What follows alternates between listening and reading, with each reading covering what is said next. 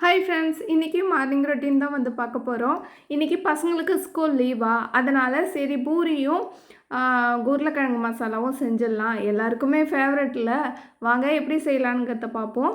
அதாவது நான் எப்படி செய்கிறேங்கிறத பார்க்கலாம்.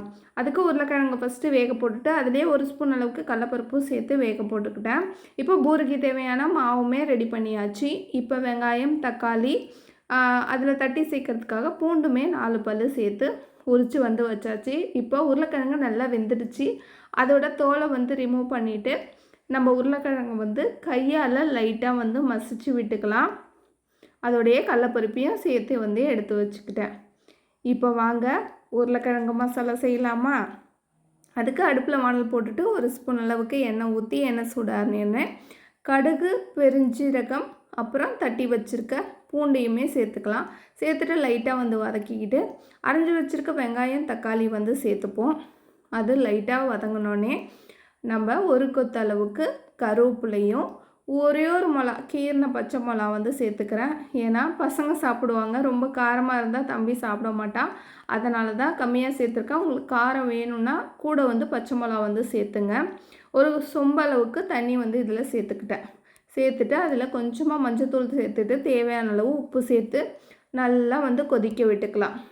இப்போ நல்லா வந்து கொதிச்சுட்டு இதில் நம்ம கரைச்சி வச்சுருக்க கடலை மாவு கலவையை வந்து ஊற்றிட்டு மிக்ஸ் பண்ணி மீடியம் ஃப்ளேம் வச்சு ஒரு 5 நிமிஷம் கொதிச்சா போதும். சூப்பராக வந்து உருளைக்கிழங்கு மசாலா ரெடி ஆகிடுச்சு. உங்களுக்கு திக்காக வேணும்னா இன்னும் கொஞ்சம் மாவு சேர்த்துங்க, அதாவது கடலை மாவை. இப்போ நம்ம பிசைஞ்சு வச்சுருக்க உருளைக்கிழங்கை பூரிக்காக உருட்டிக்கலாம். நான் ஒரு 5 பூரி போடுற மாதிரி ஃபஸ்ட்டு வந்து உருட்டி எடுத்துட்டு இப்போ எண்ணெயில் போட்டு எடுக்க வேண்டியது தான். நல்லா புசு புசுன்னு பூரி சுட்டு நல்லா உருளைக்கிழங்கோட வச்சு சாப்பிட்டோன்னு வச்சுங்க, டேஸ்ட்டு வந்து வேறு லெவலாக இருக்கும். இப்போ எண்ணெயுமே சூடாகிடுச்சு. பூரியும் போட ஸ்டார்ட் பண்ணியாச்சு. ஒரு பூரியாக பார்த்து கவனமாக வந்து போட்டு எடுக்கணும். ஏன்னா எண்ணெய் சுட சுட இருக்கிறதால கையில் பட்டுட்டா டக்குன்னு சுட்டுடும். அதனால் நிறைய அனுபவம் இருக்குது எனக்கு. அதனால தான் நான் வந்து சொல்கிறேன். இப்போ நல்லா பூரி சுட்டாச்சு. சூப்பராக பாருங்கள்.